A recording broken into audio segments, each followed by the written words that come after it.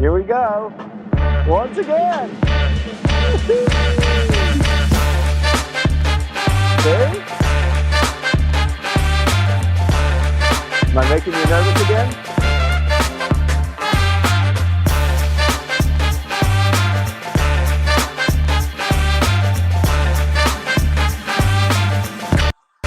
Oh, What did you do? I have to do my dance all over again.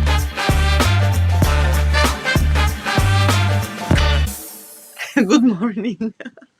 Good morning to everybody watching us on May 24th, the 24th of May. This is Japanese Politics One-on-One with Timothy Langley, who just wondered what happened, and I can explain this a little bit later. And me, Maya Matsuoka, as a host. Of course, with my cat just roaming in the background. Oh no. Okay. So I'm sorry for this. And welcome once again to everybody. Timothy, good morning to you too. I can see that once again you are in a very beautiful location this morning. So please tell us about that. And of course, we are going to hear from you about Japanese politics during the past 1 week. Okay, thank you very much, Maya. Please mute yourself, not just because I don't want to hear your voice anymore, but your cat is, my God, he is everywhere. What a monster. He is a monster indeed, but you love monsters too, especially if you live in work in Japan. So I Yes. mean that with all the Pikachu stuff and everything, it's all about little monsters here, right? So, Maya, I am reporting from the deck of the good ship Grimm's as usual.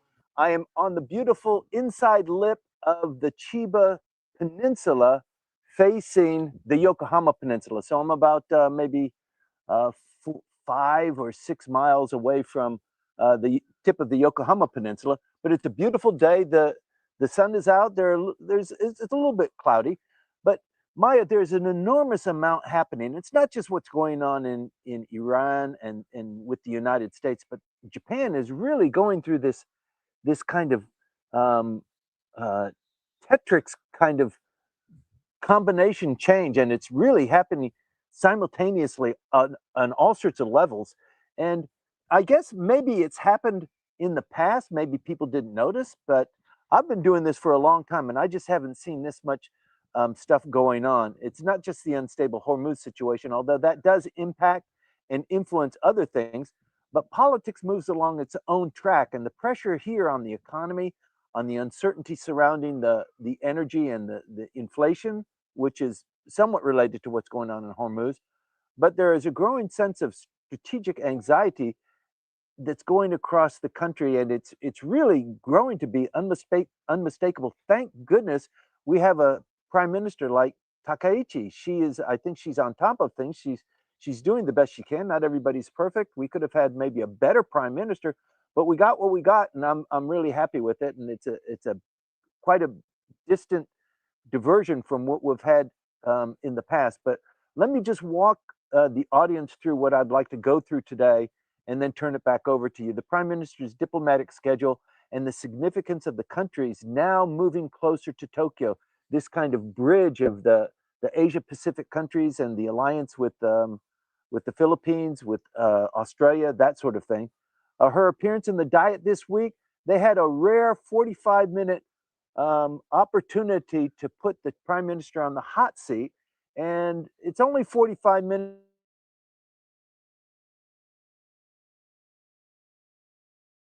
What the opposition party asked.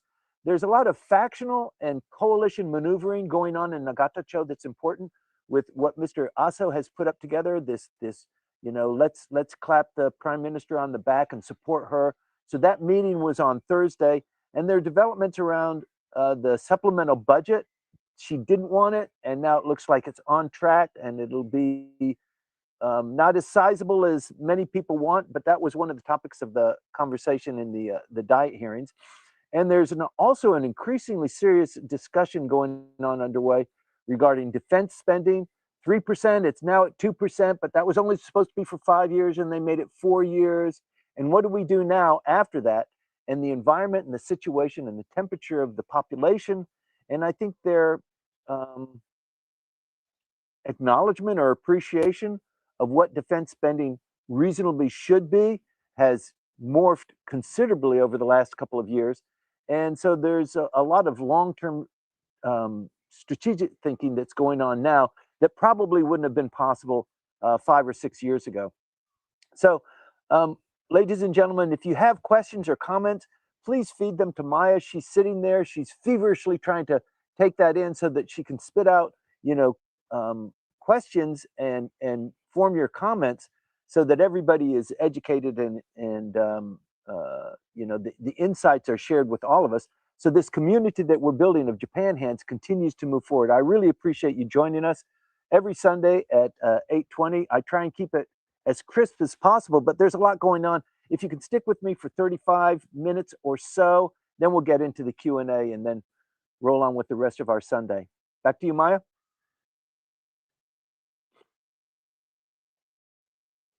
I know. Yes, thank you, Timothy, for this. Yes, to everybody who joined just now, thank you very much for joining and good morning on this beautiful morning of May the 24th in Japan, and that's the evening of the day before in other parts of the world. It's a pleasure to have you with us, and Timothy is reporting once again from Katsuyama. That's where his boat is. If you join us, please let us know that you have been here. Hit like this, that's subscribe or comment, right? And also feel free to share these briefings with your friends or colleagues, because we are doing them for people who really want to keep track of what is going on in Japanese politics and of course in Japan as a business environment. So there is also a synopsis that goes out a couple of days after the briefing, and it is sent via newsletter, and you can also read the synopsis on LinkedIn and the website of Langley Esquire. So Timothy, once again, it is over to you, and let's see what really is happening in Nagata-cho, maybe Kasumigaseki too. It's over to you now. Great. Thank you very much, Maya. And before we get into Kasumigaseki and Nagata-cho, I can't really go forward until I address what's going on in Iran and the situation in Hormuz. The president was supposed to attend his son's wedding ceremony. He was on the way there. Everybody turned around. They went back to Washington, D.C. I've been following the news pretty carefully. I had heard that there were 3 cities that suffered bombing attacks on Saturday, and this kind of matches what the United States typically does. They wait for the weekend when they make this kind of a strategic action, so that the markets are on holiday. They can evaluate that.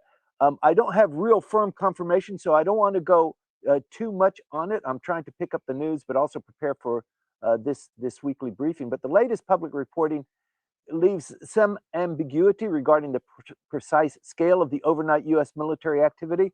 I think there was one, but I'm not really able to address it too much right now. And being in Japan, we're just a little bit distant from that. It's nighttime there now, but it does seem that President Trump continues to escalate the pressure rhetorically while simultaneously suggesting negotiations are possible. He keeps saying that Iran wants a deal; they desperately want a deal. Also, Israel remains deeply integrated into this broader pressure campaign against Tehran. And at this hour, it doesn't quite seem, at least to me, what the particular situation or if Iran has moved into a retaliation mode. But the markets, shipping firms, insurers, and governments throughout Asia are clearly preparing for the possibility of further escalation. And for Japan, this is not just distant Middle East news. It really impacts on tanker news, which we follow very carefully, shipping insurance, what the price is there, refinery planning, petrochemicals, electricity costs, inflation, subsidies, the bond market. I'm going to get into that a little bit later. But this situation with the Strait of Hormuz remains central to Japan's energy vulnerability.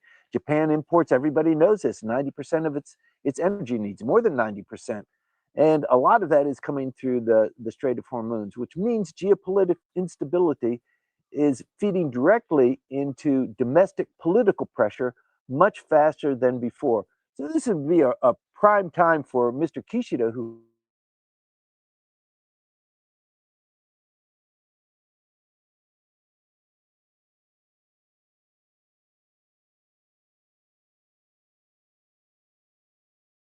Forgive me for this. I believe that we have a connectivity issue, and Timothy will be back very quickly, because we went through this just before we started the briefing this morning. Let's see how it happens. Timothy, can you hear me? Maybe not. So we'll see. And so the right, timing he's matters. okay. Oh, Timothy, did you hear me? No, I'm just hearing you now. You just went offline and now you're back online. Something happened? Well, it was mutual then, I believe. Yes. So we suffered, we went through a connectivity issue. So please, yes, please continue. I think that's always good at the moment. But you just missed the most beautiful part of my presentation. I have to do that again? Yes, maybe the last 30 seconds. Okay. So what was the last thing that you heard about? Yes, you were talking about Hormuz and then, well, President Trump, of course, and that's where I lost you. Okay, so I'll keep an eye on the camera, because when the Mm, camera went out, I guess that's when I went off the air. In any yes, event, we're talking about the Strait of Hormuz and how critical that is to everything else because of the energy um, vulnerability that Japan, that Tokyo has. And so we can't really get into the politics until we mention that and the weight that that has on us, and the fact that it looks like there was kinetic activity overnight.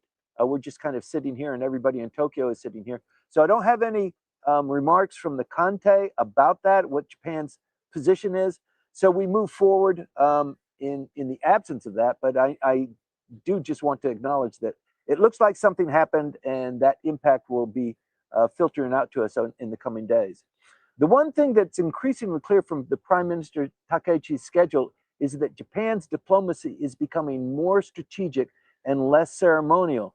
There was a period of time in Japan's history, recent history, where all of this is pomp and circumstance, and people are reading from notes, and there's no personality or warmth involved in it, and everybody's so afraid that they're going to step on the toes of the foreign ministry and not actually address the issues. I thought when Takaichi first became prime minister, she was speaking off the cuff. She was much more impactful, and I think she's toned that down a bit. But with regard to South Korea and Japan, she was in South Korea for a reciprocal visit. The president of South Korea visited her 2 months ago, visited her hometown of Nara, and she, uh, uh, according to the schedule, this shuttle diplomacy that they've agreed to, she visited the hometown of Lee Dae-mung in Andong over last weekend. She was back in town on Monday.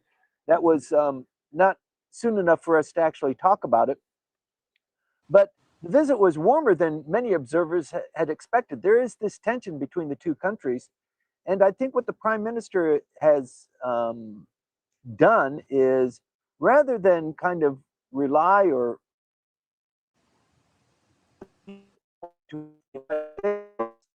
um, it's for the United South Korea are on speaking terms, but I think she's actually you know picked the initiative and moved forward very carefully with this, you know, to humanize and to stabilize a historically fragile relationship. And I think she's made great strides there. She was there for 2 days. He was earlier here visiting for 2 days. Energy coordination, possible North Korea, but a regional security cooperation. And the important here is that Japan is increasingly driven not by idealism, but by shared vulnerability. They both suffer from pretty much the same pressures around North Korea, the United States, the energy insecurity that's on there.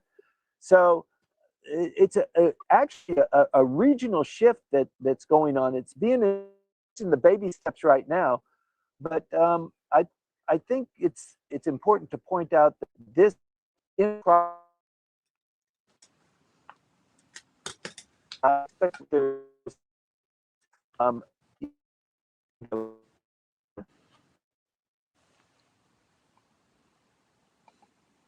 Timothy, you I think, strangling him.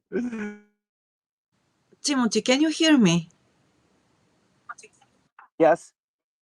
Okay, I think that we have connectivity issues. So if you, well, at some point, if I try to call you, please just come back, okay, and tune in. So hopefully the Can you issue. hear me now? I can hear you now. Yes, yes. Okay, then I'm just going to sign. All right. So, to everybody, apologies for this indeed, because sometimes when Timothy reports from Katsuyama, where his boat is, we have connectivity, let's say, challenges there because it is situated behind a huge, let's say, mountain, or is it a rock? I don't know. So the harbor itself is, yes, Dempagawarui. Absolutely, yes. So, and usually when he signs in, once he signs out and then comes back, well, the issues disappear for a while. Hopefully, we'll have better connectivity when Timothy comes back. So, apologies for this once again. I wanted to tell you, please help us share these briefings with your friends, colleagues, if you believe that they are informative and helpful. So here we've got the star of the show. So thank you very much for coming back, Timothy. I know that these are perfect chances for you to just set sail and go away, but Oh you gosh, still if I choose to only come could. back. Yes, okay. Let's continue then. Okay, so I don't know where we dropped off. Let me just continue from where I think we might have dropped off. I was wrapping up with the South Korean visit by the prime minister, and mentioning that this is a regional shift that's not just singing the tunes of the United States. This is something that's shared by both South Korea and and Japan, and I think it's really making a difference. And so it's something to be hopeful for. The both countries need that. But after returning from South Korea, the prime minister spent much of her week engaged in meetings connected with the Philippines state visit preparation, which is this week, a state visit, by the way, Hormuz coordination, and continuing this alliance coordination and consultations with Washington, D.C.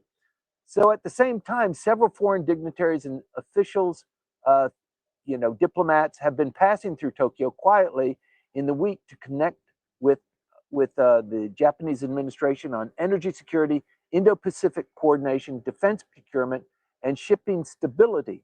One increasingly noticeable pattern is that Tokyo diplomatic calendar has become heavily concentrated around maritime states, energy importing economies, and countries directly exposed to Chinese pressure on regional shipping instability.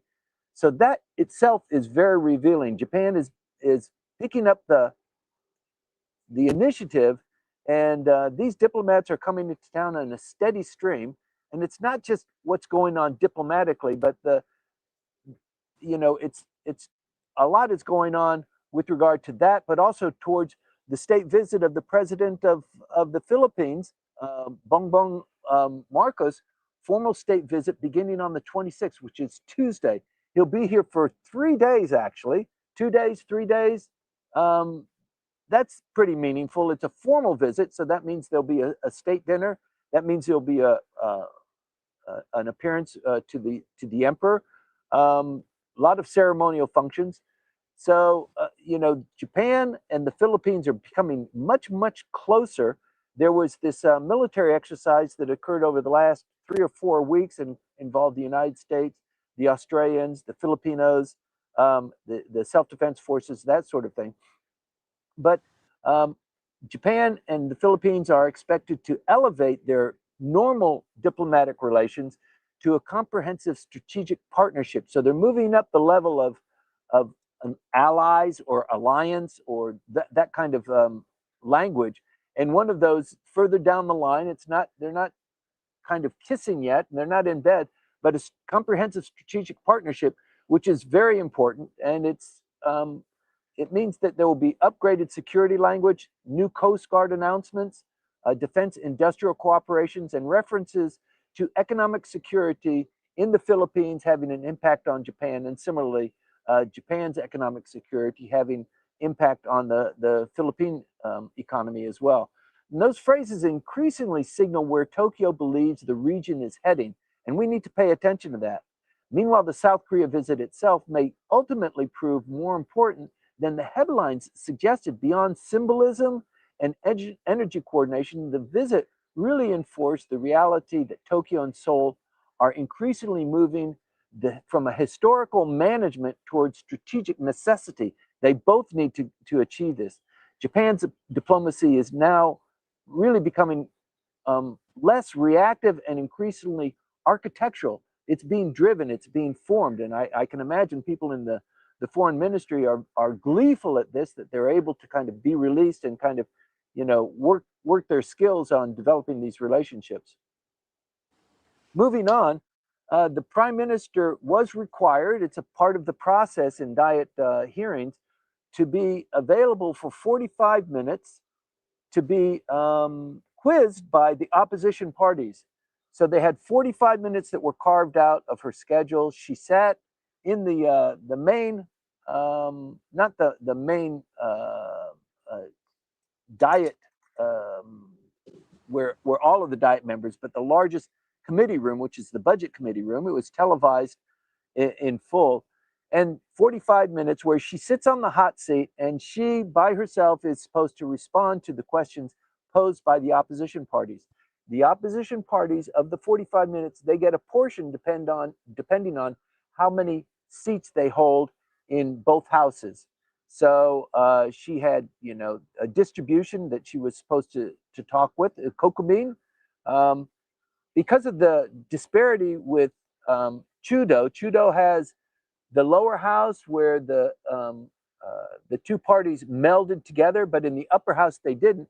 So as a consequence of that, Mr. Tamaki's Kokumin party, the DDP, have the largest number of members, and so they received 12 minutes of the 45 minutes. They received 12 minutes to ask pointed questions to the prime minister. Chudo received 10.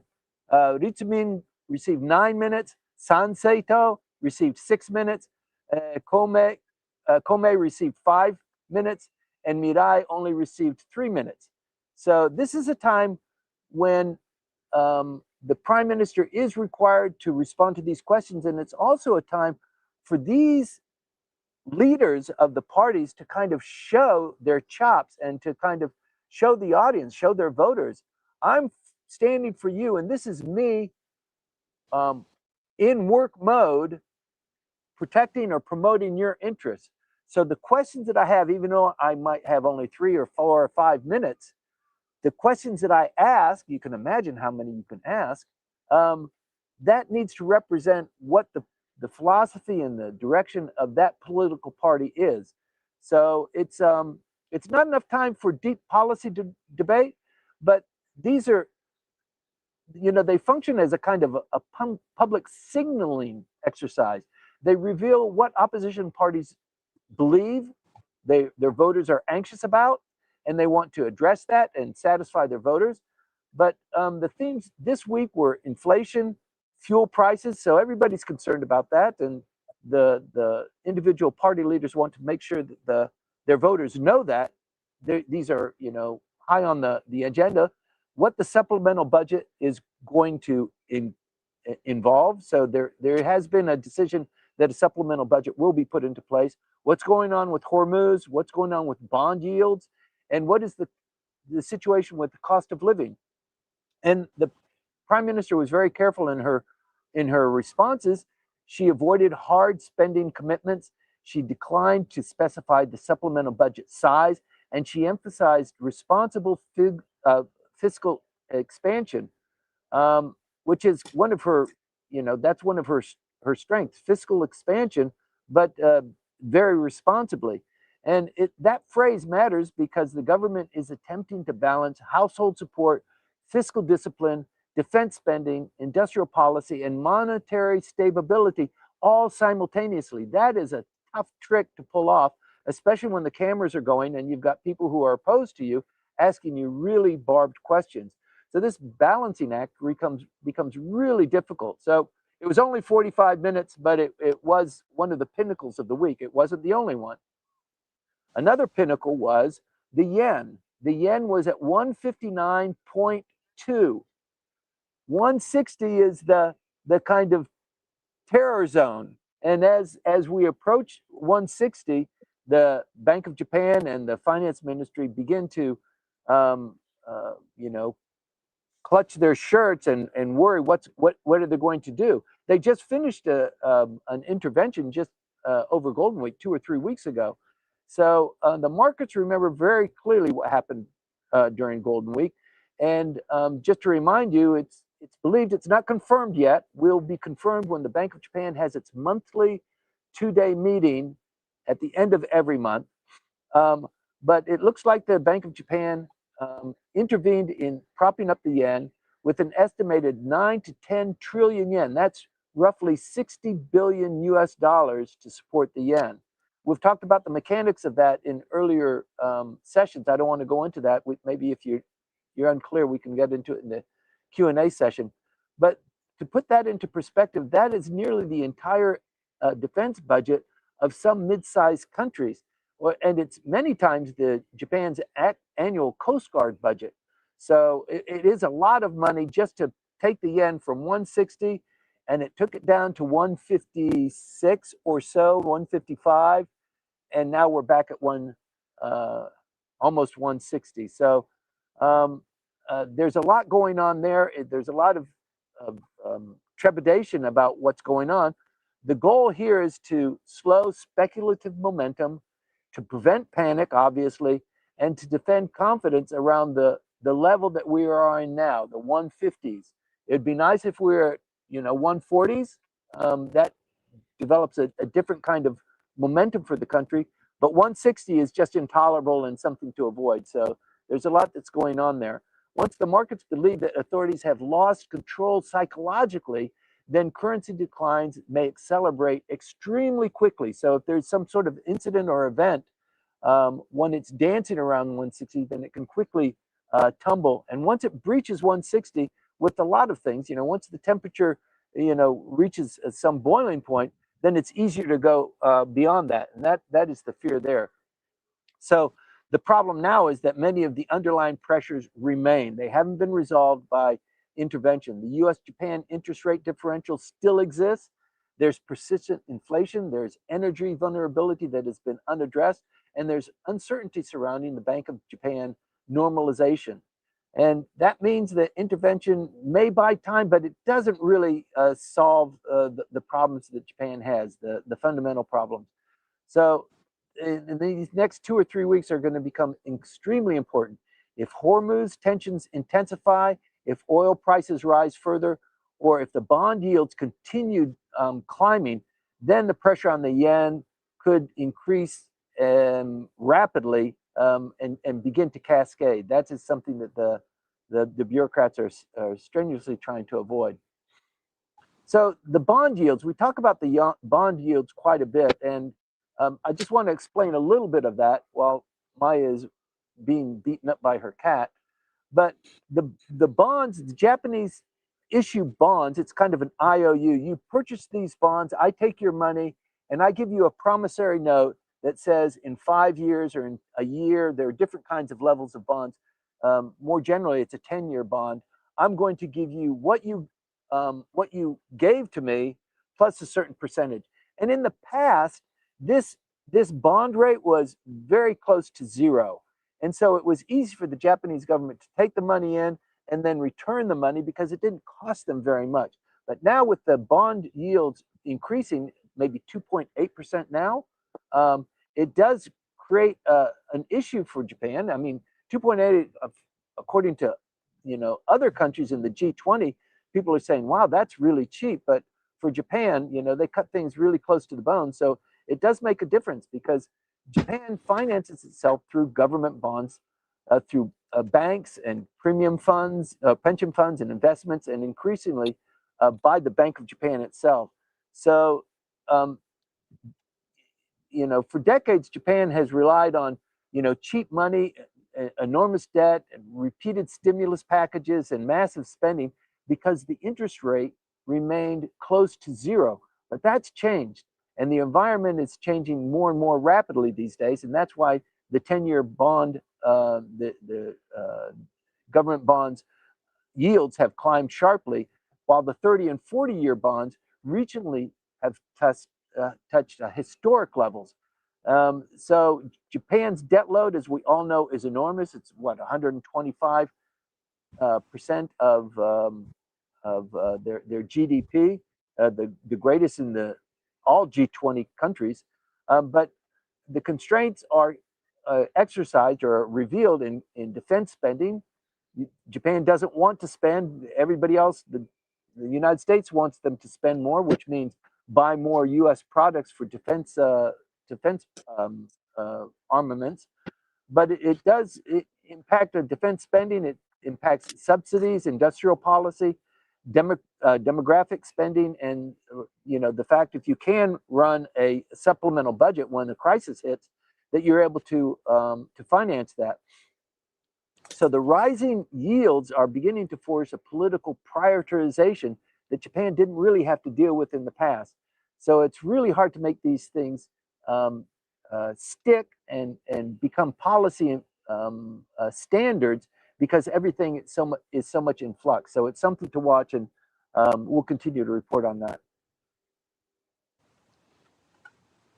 The polling numbers, they did a poll last week, and the polling numbers for the prime minister remain strong, but there's a little bit of maybe cushiness that's going on there. It was strong because it was, based on her popularity. She's a woman, she's the prime minister, she closed down the diet. The LDP came back with a roar, gosh, isn't she great? So that aura of notoriety is kind of softened a little bit, and people have watched her in practice. They've watched her, run the government, and so it's slipped a little bit as it normally does. But what's important here is momentum that she is carrying, and she is carrying momentum. Japanese politics is unusually poll sensitive, as I think most of the viewers know that, probably more so than in other countries, because there are factions, there are coalition partners, and the bureaucrats and the donors, and media organizations follow polls very quickly and make decisions based on that. Because of the way society is formed, the way society is created, everybody is kind of similar, and the way the wind blows, everybody wants to go along with that. The Japanese love to think that they have a unitary culture, a unitary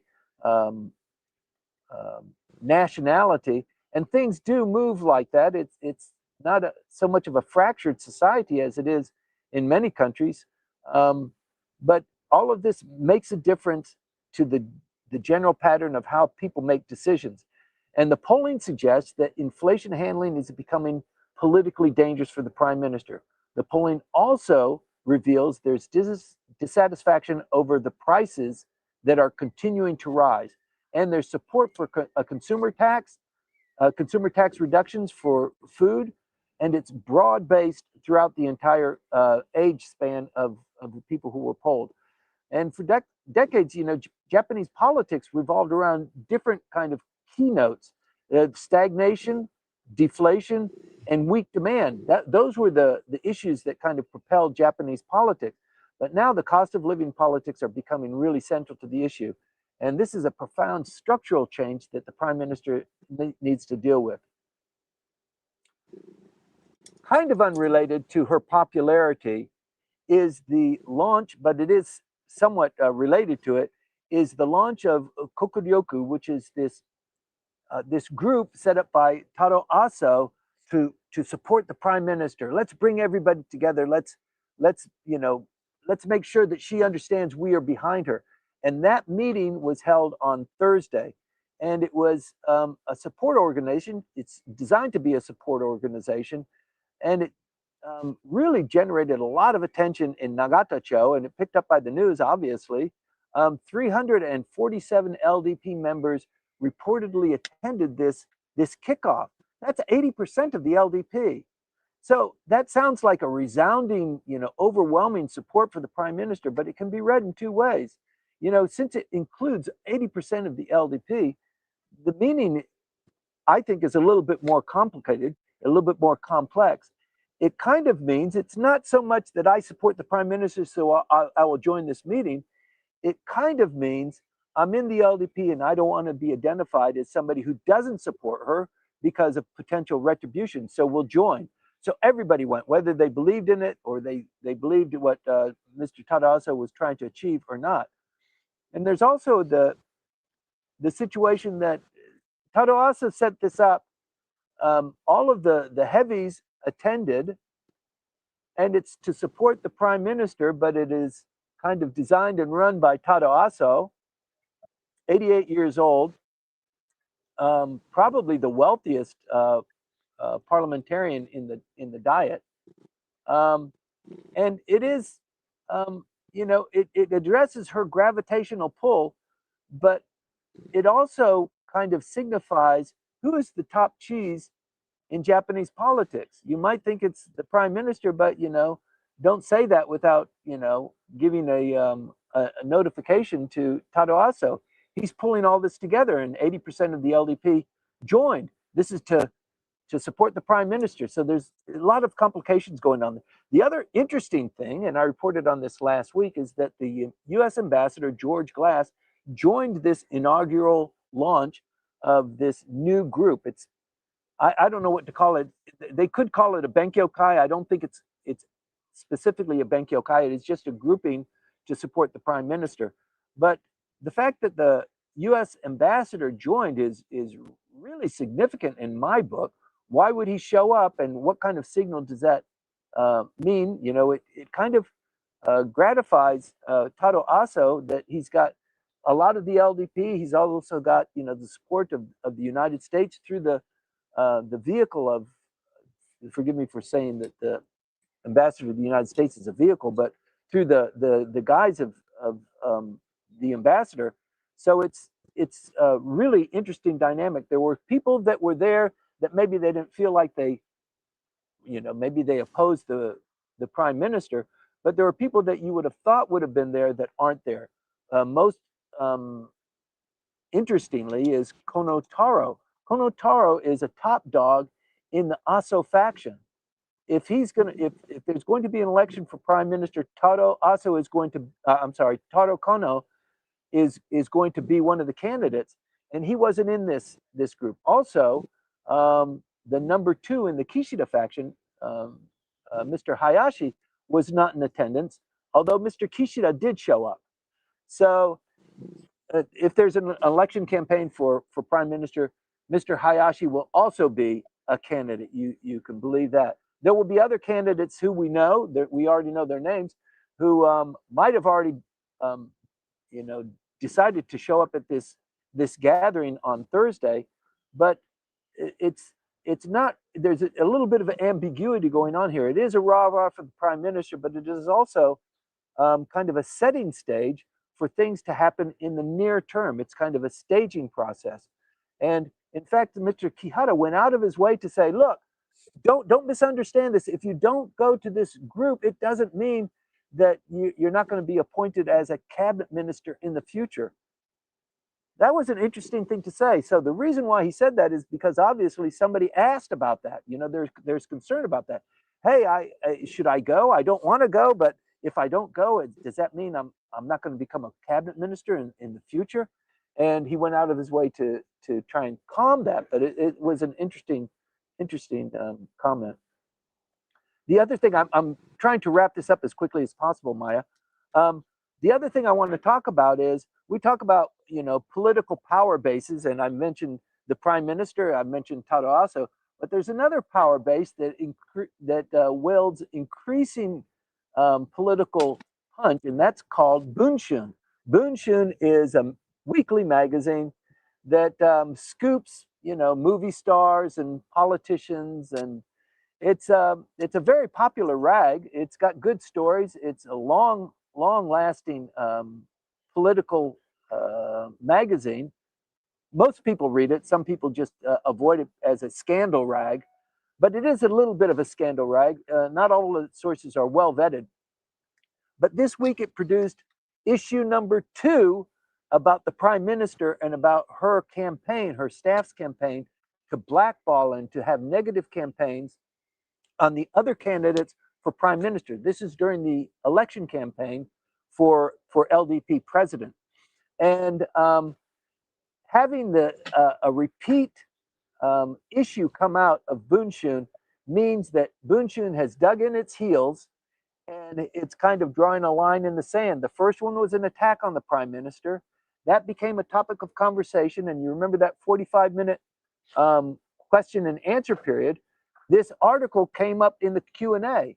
So she's under oath in diet hearings, and the responses that she gave were not quite, they just create a little bit more space between what Bunshun said and what the prime minister said. So it is possible that Bunshun goes with issue number 3 and says, you said this, we said this, you said this, but actually, upon investigation, it turns out that you said something or you concealed something or you weren't completely open about this in diet hearings, and now you're in the hot seat. Now you're really having a political problem here.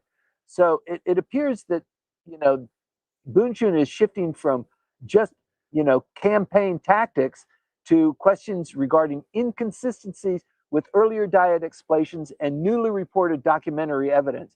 And this distinction matters politically. She could be in a lot of trouble with these kinds of zingers by Bunshun. Their latest reporting alleges extensive messaging between aides and video creators. So the email going back and forth with these video creators, and the video creators posted these negative videos on TikTok and YouTube and that sort of thing. And the coordination that existed between multiple digital platforms, her staff and others, and requests to disseminate politically damaging content targeting her rivals. And the prime minister continues to deny direct involvement. She says she trusts her staff. Her staff, they never would have done things out of line, out of her instructions. But now the government's approach seems to be focused on maintaining kind of the status quo rather than hitting an escalation. We don't know what's going to happen here, but it is a hot issue that you need to be aware of. The broader issue might ultimately become larger than the prime minister herself. This is how Japanese politics is adapting to TikTok campaigning, anonymous influence operations, short-term political media, and digitally managed election strategies. This is all evolving very quickly in Japan. Japan is young in this digital handling, especially in the political arena. So the conversation is only beginning with how to use social media, how to use TikTok, how do you get reelected by appealing to younger voters and that sort of thing. So it's really a kind of a new kind of angle on Japanese politics. Don't want to spend too much time on it, but I'm afraid the issue is going to come up again in my briefing to you next week. One fascinating undercurrent this last week involved the LDP quietly stepping back from explicit defense spending, such as a 3% or a 3.5% of GDP. And this is in discussions that happened just this week regarding the 3 principles of Japan's defense posture and how much budget would be devoted to defense spending. That Japan needs to be a little bit careful here. They made a commitment for 2% for a 5-year period. That's almost finished now. What are they going to do next? And that's the conversation that's being had. Should we go back to 1%? And I don't think that's likely. But 2% or even 3% or 3.5%, if we're going to be handling more of this, and if the United States is not as dependable and has actually told us you need to shoulder more of this burden, then 3% certainly makes sense. But that is a difficult thing because of the rising bond yields that we discussed just recently, and the massive spending that is required for example, a supplemental budget because of the Hormuz situation. So things really seem to be shifting, but what is not shifting, or maybe what's shifting within the defense arena, is the prominence of drones. Japan has decided we're going to really focus on drones. Look what drones have done to modern warfare in the Middle East and in Ukraine. It is just amazing what the step change that has occurred because of these unmanned, sometimes not autonomous flying vehicles, but they're also unmanned systems. How AI is being embedded into warfare, into military armaments, and just the industrial resilience that is generated as a consequence of having that kind of um, uh, not quite war footing, but having that manufacturing prowess and for long-term duration sustainability. So Japan kind of losing the automobiles to other countries.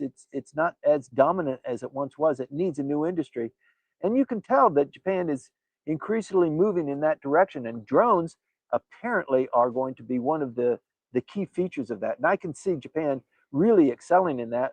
Um, Dominate, perhaps not. In fact, I think what Japan has basically acknowledged is the United States and Israel, some of the other countries, they're too far ahead of us in drone technology. But there are things that we can do with industrial AI, with robotics, with semiconductors, with embedded systems, with manufacturing integration, where we can surpass these other competitors. It might be less glamorous, but it's probably more realistic for Japan to focus on that. And I think that is the conversation that's going on in Kasumigaseki and Nagatacho right now. Drones are going to be a big part of that. In closing up, I'd just like to reflect a little bit on this week in Japanese history. So from May maybe 15th, today's the 24th, until maybe the end of next week, what happened in Japanese history that's important to us? And there are a couple of things that happened, and I want to remind you of those to kind of put into perspective where Japan was, where we have been. We had the bubble and where we are now. And in 1960, we talked a little bit about this, but it was so enormous and the impact so great. The AMPO um, uh, protests throughout all of Japan, but very, very influentially here in Tokyo. Japan was just on fire. The prime minister then was Mr. Kishi. He forced through the Japan-U.S. Security Treaty, and it really changed Japanese politics. It turned a lot of people against politics, saying, you know, you're doing not what the voters wanted. You are dancing to the tune of the United States. We don't want to be involved with the United States. We're already too much involved with them. You know, what's going on in Vietnam. Vietnam was just beginning to start, but it was mostly the Cold War that was really upsetting the Japanese, and being involved so deeply with what was going on there. And Mr. Kishi eventually resigned as a consequence of that. But the contrast from that to this, and by the way, most of the protesters there, I mean, all of the University of Tokyo was basically on fire as a consequence of that. But those guys, of course, gravitated to become bureaucrats. They're at the pinnacle of their career now. Many of them have retired because it was so long ago. So they were in their 20s, and it's 60 years. So that's what we are existing in now. The bureaucracy and the old boy network is populated with the guys that went through that period. And now the bureaucrats that are populating the bureaucracies now are of a different mold. They were trained by these guys, but there is a little bit of a different there. And the anxiety is less now about that, but it's actually almost inverted. It's whether the United States can remain sufficiently focused on the Indo-Pacific while simultaneously managing the Middle East, China, Ukraine, and domestic political polarization. So it's quite different now. In history, it's just there are echoes of that exist today. Also, I'd like to mention that during the Pacific War, at this period of time, the campaign for Okinawa had been launched, and this is the period of time during this 2-week span of time where the kamikaze really came to the fore. Kamikaze were not quite used very heavily before Okinawa. And then in Okinawa, they really came out and did a lot of damage. Most of the soldiers who were killed in the Okinawa campaign died on military ships because they sunk.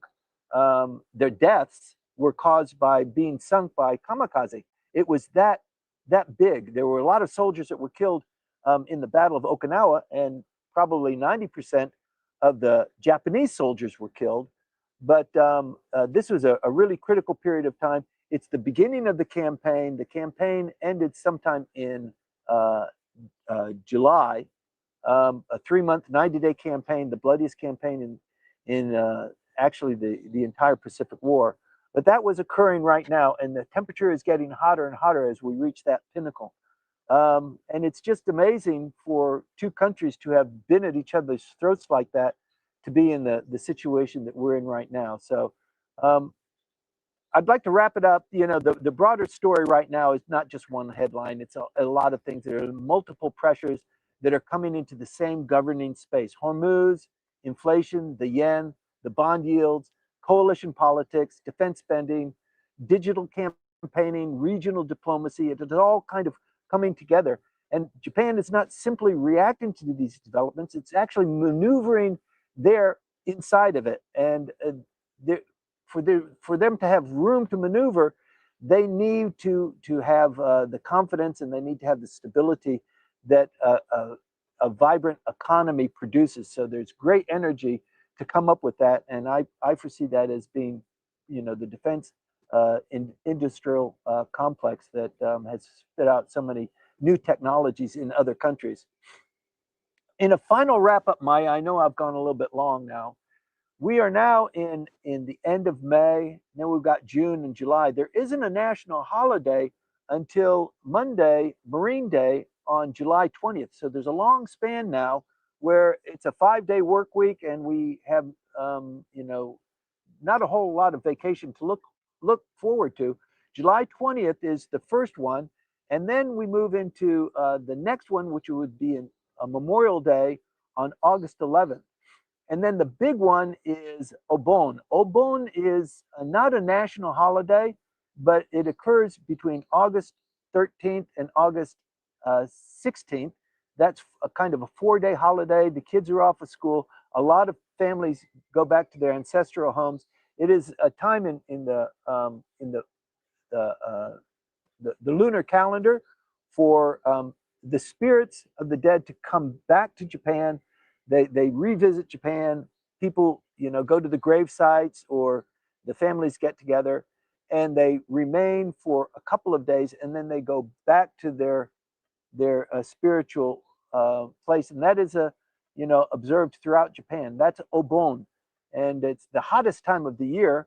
But it's 4 days that you can look forward to. The traffic will be incredible, and probably there'll be a lot of foreign tourists that are visiting us at that point too.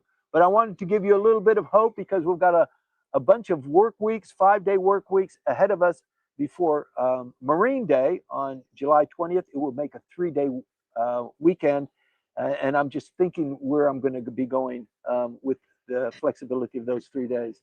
So I'll turn it back over to you, Maya. We can get into the Q&A. You still with me? Sure. Yeah, I am. Imagine that. Well, Okay. you must have cat Oh, yeah. fur all over you because you're not on the video. Oh, there you go. Right. Yes. I tried to clean my face actually from the fur. Right. Okay. Thank you for the briefing, Timothy. And moving on to the Q&A session now. To everybody who stayed with us and who posted their comments and questions, thank you very much. We're going through them in chronological order, or I will try to group some of them by topic as well. And everybody knows that the very first question every morning comes from Byron, but today he only wrote that I will watch during the week. I'm unable to send questions for a few weeks, so wish Timothy, Maya, and the regular viewers the best. So Byron, we will miss you for the He's next on couple of assignment, weeks. huh? Maybe he is. Yes, we're going to miss you, and we hope that you enjoy the briefings during the week. All right, so moving on then to the first questions that came afterwards. We've got, Hiroko-san's comment and question here as well. So she writes, what is Kokuryoku Kenkyu Kai? You mentioned this, Timothy, but still I'm reading the question out. So it is often translated as the National Power Study Group, which is a massive LDP lawmakers group led by Taro Aso. What is the mission or the purpose of this group? Is it a kind of quasi faction group? It is said Yeah. that many analysts believe it functions as a new style faction and may represent a deliberate attempt to rebuild factional power under a different name. What Yeah. are your thoughts on this? Yeah. Yeah. Right. I'm in agreement. Factions are kind of not politically correct anymore, even though Tadaso has one. He's got the largest one. He's got the only one. And maybe Mm-hmm. he wants more, and maybe he's acknowledged, I've got members of my faction. A couple more have joined over the last couple of weeks, a lot after the last election, but it doesn't quite fit my model of how I want to guide not Japanese politics, the nation of Japan, me, Taro Aso. It's not quite, I need to do something different. So I think that's part of it. And I think the flavor of the month is Takeichi, but it could be the flavor of something else because it's Taro Aso's choice. So it could be that. Um, it could be a substitute for factions, but it's not designed right now to be that. But it is a curious entity that just has kind of popped up. A lot of people are quizzical about what its purpose is and how it is organized and what it's designed to do. But I think part of it, I think, was because there was a little bit of chatter in the background that Bunshun is going to come out with this hit piece on the prime minister. So in anticipation and in preparation for that, let's circle the wagons and let's have this group so that we can scare Bunshun. If you come out, screaming like a banshee, we support her and we will protect her. So you better watch yourself. I think there's something to be said for that as well. Right. Thank you for that. Moving on then from Aloha Postal, very early this morning too. He writes, Japanese news coverage seems tilted to one side. How has that affected the electorate, which seems to have tilted the other way? Is the Japanese news media losing its influence? Will Japan media change? Yeah. Aloha, what? Apostle? Apostle. Yes. Yeah. Um, I yeah. On the one hand, I think Japanese news has always been tilted. You've got the Kisha Club. You have to kowtow. You have to kiss, but you have to do certain things in order to be in the Kisha Club, and you can lose that access really quickly. So you do have to sing the song that's given to you, or at least read from the sheet music. So Japan on the listing, they did a poll on press freedom. Japan ranked number 50.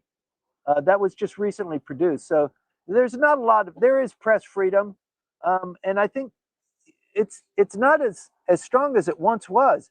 In the past, NHK is on every television, and there may be 3 television stations. There are a few more now, but NHK is always the go-to, and it produces the general government line. There's not a lot of debate or controversy with NHK. It's polished, it's qualified, but I don't know if it's really accurate. And there's no sarcasm, there's no political joking. It's just straight up news. So there are not very many avenues for the general population to get that news.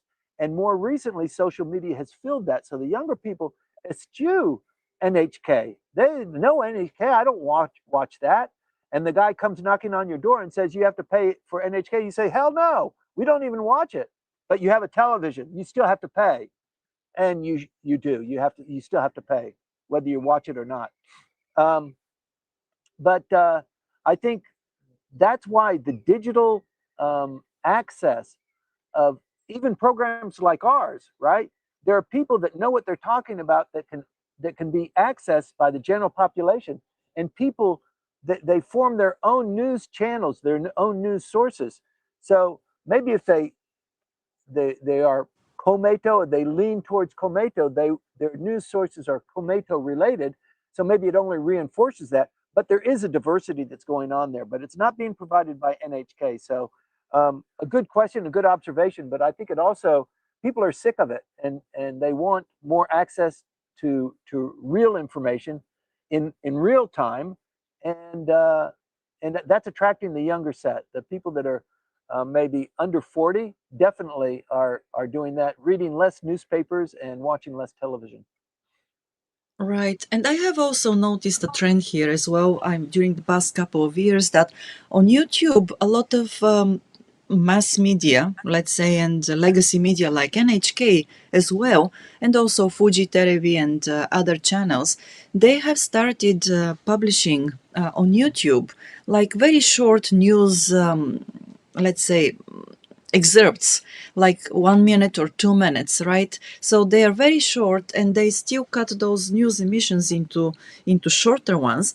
And I have also noticed that sometimes those news videos on YouTube actually they come out faster than the ones on TV, right? So it's Yeah, really an interesting trend, and I believe that yes, the Japanese media are changing, and they're changing because they need to adapt if they don't want to go extinct, of course. And we'll see what happens. But Timothy, as you said, when it comes to diversity, it's not really that big here when it comes to TV channels. And of course, we all know what the Kisha Club does, how it functions, and how it actually screens the news that goes on national air, right? So there are different trends here, and well, what? I think that a couple of years, yes, sorry, No, I didn't want to Timothy. interrupt you. Go I ahead. wanted to say that a couple of years ago, we did a podcast with, well, somebody who does research on Japanese media here and the landscape. That's Lori Vesselhoff. So she basically talked about how Kisha Club is formed, what it means, how it functions. So you can find it on the Japan Expert Insights YouTube channel and watch it if you're interested in it. The situation hasn't changed much. So with the exception, of course, that we've got more SNS, SMS, is it SMS? The social media, yes, coverage nowadays. Okay, and then Timothy, Can I sorry add to keep something, you Maya? waiting. Sure, please go. Yeah, So one of the other things that's really interesting about Japan and Japanese politics, and as funny as the guys are in Osaka, it's amazing that there's no political satire. There's nobody that's making right. fun of the prime minister or pointing out the inconsistencies or the ironic things that happen, or visiting Yasukuni Jinja in some kind of sarcastic way. And it just doesn't exist, and we can kind of know why it doesn't exist, but it is an interesting feature of the Japanese uh, groundscape. Well, I think it is interesting, and probably many people misunderstand that as well because I mean, Japan is also has been influenced by the Confucianist values and the hierarchical values there, and the respect to the your peers, your subordinates, but even more so to the people who stand higher in the social Yeah, hierarchy. And and in this I country, mean, the history criticism really stings, doesn't it? People just it does. hate It stings. criticism. Yeah, Yeah, but it's not, I mean, like in other countries, for example, people would say that in former Eastern European countries, it was not, criticism was suppressed on purpose. In Japan, it yeah, isn't. It is just what it is. These are the values the Japanese have. They do not criticize, they show respect on the opposite. So I think that in Japan, we really need to remember these things before, jumping into to yeah. conclusions anyway. Agreed. Right. And then we've got once again Aloha who says also about the news coverage in Japan. Did the White House shooting today get on the news yet? I don't think so, but I don't know. This is the first I've heard of it. I thought I saw something when I was preparing my notes this morning, but I couldn't really confirm it. And gosh, there's so many shootings. I thought it might have been a rerun from something else, but I don't have any confirmation on that. Right. Okay. Thank you for this. And we've got a question from Percival who says, "Good Sunday morning. Are the movie nights coming back in summer?" And yes, in summer they are. So last month I made a mistake, so please forgive me for that. But yes, we will let you know when we have more details about them. Okay, and then Aloha says once again, as for the shooting, it seems that it is because they knew Trump was at the White House because of the Iran negotiations. What do Japanese think about all the Trump assassination attempts? I don't know. Timothy. I haven't looked into that. I don't know. Right. Yeah, I believe that there is some curiosity here, but it hasn't been really, opinions haven't been shared too much on national TV. So it's, at the moment, I think it's really difficult to speak on behalf of the Japanese nation about this. All right, and we've got Janusz Kowalewski. Janusz, it's very nice to see you again after such a long time. Welcome back. So he says, latest news from BBC 1 hour ago is about Trump saying Iran deal has largely been negotiated, including reopening of the Strait of Hormuz. Yes, thank you for that. Yes, tuning in and for the detail. Once again, we're moving next to okay, next to the yen and dollar topic here. And Percival says the US exchange is 159 again, same as it was 2 weeks ago. What do you think the Bank of Japan will do if it reaches 160 yen this month? It seems the interventions effects are getting shorter in weeks. It sure does, doesn't it? Scott Bessent, Mhm. the Treasury Secretary of the United States, has made some rather pointed comments that the Japanese Bank of Japan get, be released. Let them do their work. Let them, exercise their skills. Don't be holding them back and don't be telling them what to do. They have a specific role, and you should allow them to do that. Was his kind of comment.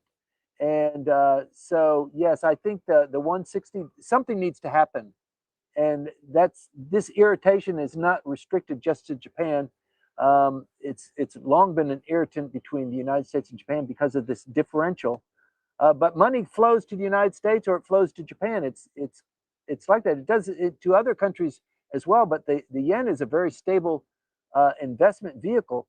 Um, but yeah, the Japanese economy can't really bear it when it goes beyond 160. And like I said before, once it breaches 160, then people say, well, it's okay, 161, 162. Let's see how far it goes. And once you lose control of that, then you're just at the whim of volatility. And if there's anything the Japanese hate, it's uncertainty. It's not being well apprised of what's going to happen and when it's going to happen, and being in some sort of control of that. Because throughout their history, there are so many things that they don't have control over. So those things that they can control, they like to keep a tight grip on. Okay, and going step back to the previous topic about Hormuz and the reports about the negotiations with Iran. So, Kei Izawa-san says President Donald Trump said Saturday that a broader agreement between the United States and Iran has been largely negotiated, and the Strait of Hormuz would be reopened, signaling potential momentum towards ending the months-long war. An agreement has been largely negotiated, subject to finalization between the United States of America, the Islamic Republic of Iran, and the various other countries, Trump wrote on Truth Social. Right. Okay. Thank you for this as well. And there is a question now from Hiroko-san again. What is it? Well, what's the Japan's new flag desecration bill about? What would it do? And why now? Is Yeah. PM Prime Minister Takaichi aware of the concerns, including freedom of expression, impact on schools, teachers, fear, increased pressure to comply with flag and anthem rules, recalling post disciplinary cases in Tokyo? Timothy? A good observation. Thank you very much for that. I think what this is about bolstering the self-defense forces, giving them pride, giving them, this reason for existence. The Americans are very proud. They're very protective of their flag, and they say we must honor the flag because it represents the history and it represents the people who gave their lives for the principles that the foundations of the United States, people, soldiers who have died for that. And I think that that argument can also be made by Japan. There are people that died to protect and promote Japan, and to just because they lost the war doesn't detract anything from the valor and from the love that they have or they had for their country and for the principles that the nation is founded on. And I think it's this movement to kind of embellish the self-defense forces.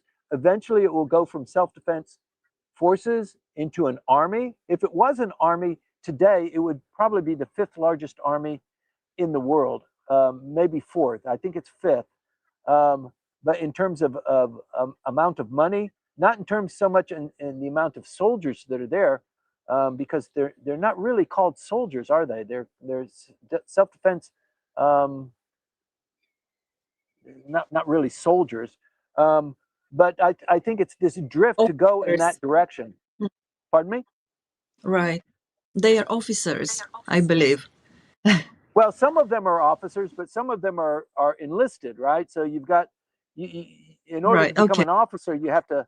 Yeah, it's not quite Mhm. accurate, but I don't think soldier is completely accurate either. And I think there's a need for Japan, and under Takaichi, who is more on the right hand side, this does make sense. Make the self defense forces proud, let them wear the uniform, let them be more visible in public, and let young Japanese kids aspire to being, part of that cadre of people who protect and promote the country in a military way. It doesn't resonate yet, and I think this is one of the reasons for doing that. There's the star of the show. Right, yes. But I also think that, a brief check showed that Japan does not have a law that punishes the No, desecration of not the yet. national flag. Not yet, but they actually have a law that punishes people desecrating other nations' flags here in Japan. So, which is really interesting. So they punish this for other nations' flag, but not their own. And this is something that you don't see very often, right? Countries go first for Yeah, setting laws by setting laws, right, about that desecrating their own national flags. So another thing is that basically what the draft is saying at the moment is that if the law passes, they will basically punish individuals who damage the national flag in public, and the individuals also who film it and publish yeah, that that's right. desecration on social media, right? Which is, yes, interesting, but also the punishment, the penalty. It's going to be a monetary penalty, and at the moment it is set at Nijuman yen, which is like 20,000 yen, not 20,000, 200,000, right? 200,000 Right. yen. So per person. So I think that there are different thoughts behind this, but yes, once again, Japan is one of the very few countries probably that doesn't have that law for its national flag. And of course, it comes at a time when people were very apprehensive. Just the other day, I was walking in Kasumigaseki, and there was a demonstration saying no war, no to war, and no to militarization. So people are really Yeah. sensitive about it here in Japan. So yeah, I think that the timing is also curious here as well. All right, and then moving on to the next question from the ONI committee. I think this is Andrew, and he says, "Has the anti-immigration, has the anti-immigration stance of the Japanese government affected you or anybody you know personally?" Let me answer first, and then you, Maya. It's probably it's a little bit innocuous right now. What it affects are people who are thinking of coming to Japan and drawing the conclusion that they're not going to be welcome, or it's not going to be as easy as they heard, or that it's going to be more difficult, or the Japanese people are not that open to the foreigners coming in anymore. You've got a little bit of that, and also a bit of irritation about the foreign tourists.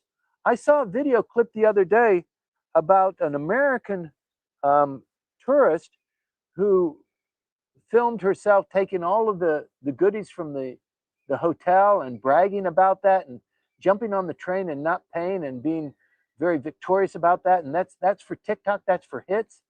And I've just heard a lot of complaints about people who come to Japan and they're trying to get hits or clicks, and they film themselves doing something ridiculous, or visiting the main tourist attractions, or um, maybe innocently they go to temples and they're dressed, like they're going night clubbing. And it is offensive to the monks. It is offensive. It's out of, yeah, it's disrespectful. But people don't understand that, they don't know that. So there's a lot of that. But no, I have to say, I don't know anybody that's been impacted by the tightening down, or the announcements of the tightening down. Right. Well, I have seen one or two posts on LinkedIn, but it is mostly about the stricter requirements for business manager visa, so that Yeah. some individuals they haven't been able to get an extension of that visa.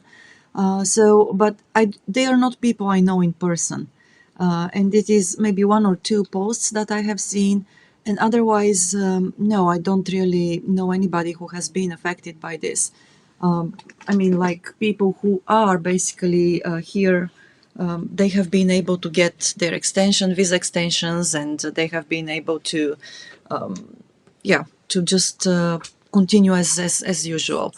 All right, and also The from most, the yes, most, Timothy. Maya, the most prominent one that I have seen are the guys who come to open a curry restaurant, Indian curry restaurant in Japan, that you can do with one guy or maybe two guys that are brothers, and they come to Japan, and now they can set up a curry restaurant. There must be more curry restaurants in Japan than any other cuisine. They're everywhere, and it's pretty standard fare. It's always pretty delicious, and I think it the Japanese like Indian curry. So there are a lot of small shops that do that. But I have heard that, if I have to hire a Japanese person just because I set up a KK so that I can run this very small restaurant, I'm not going to do it. Right. Okay. So thank you for that. And one more question from Andrew. What are your thoughts on Kimi Onoda? Mixed. Yes, the shortest answer. Mixed Yeah, indeed. they're All mixed. right. So Yes. uh, I think she was tapped because she's close to the prime minister, but also because she's a half, right? So, you have experience here, and maybe you can handle it on the chin a little bit better than I might give it to somebody else.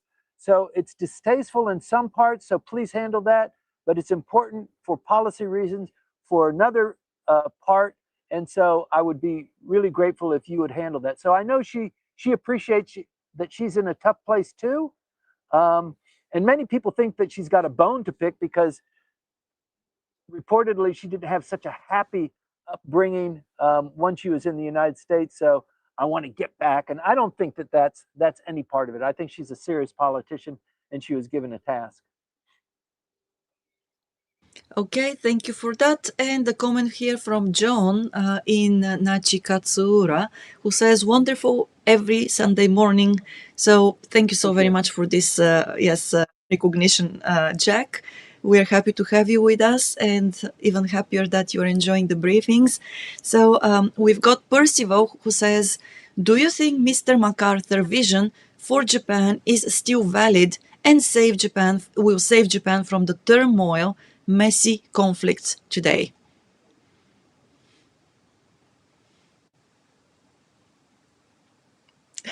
That was 70, 80 years ago, wasn't it? Yeah. Yes. Yeah. Okay. Yeah.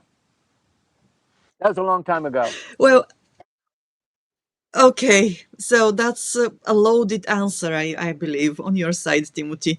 Even though I still believe, that yes, there is a lot of bread in that vision. So hopefully, once again, as a woman and as a mother, I hope that Japan continues on its, the peaceful trajectory and continues to be what it was after the Second World War, without the militarization and, the move towards being an active, let's say, what's that? I don't know, an active supporter of military conflicts, right? Because I know that there are many other views, there are many other opinions, but right. Okay. So, and then let's see what's coming next. And Hiroku-san, once again, she helped us with some information about the shooting. And she wrote at around 1800, that is 6 o'clock p.m. local time, or that is that's 11 o'clock p.m. GMT. A volley of gunfire was heard by multiple journalists who were present at the White House. Members of the Secret Service ushered them inside the building to the press briefing room, and the White House was placed under lockdown. Sources told CBS News, the BBC's US partner, that between 15 and 30 gunshots were fired, and that it appeared to be a single gunman who had approached Secret Service agents and shot at them Wow. unsuccessfully. Yes. Okay. So that's from Hiroku-san. Hiroku-san, thank you so very much for helping us.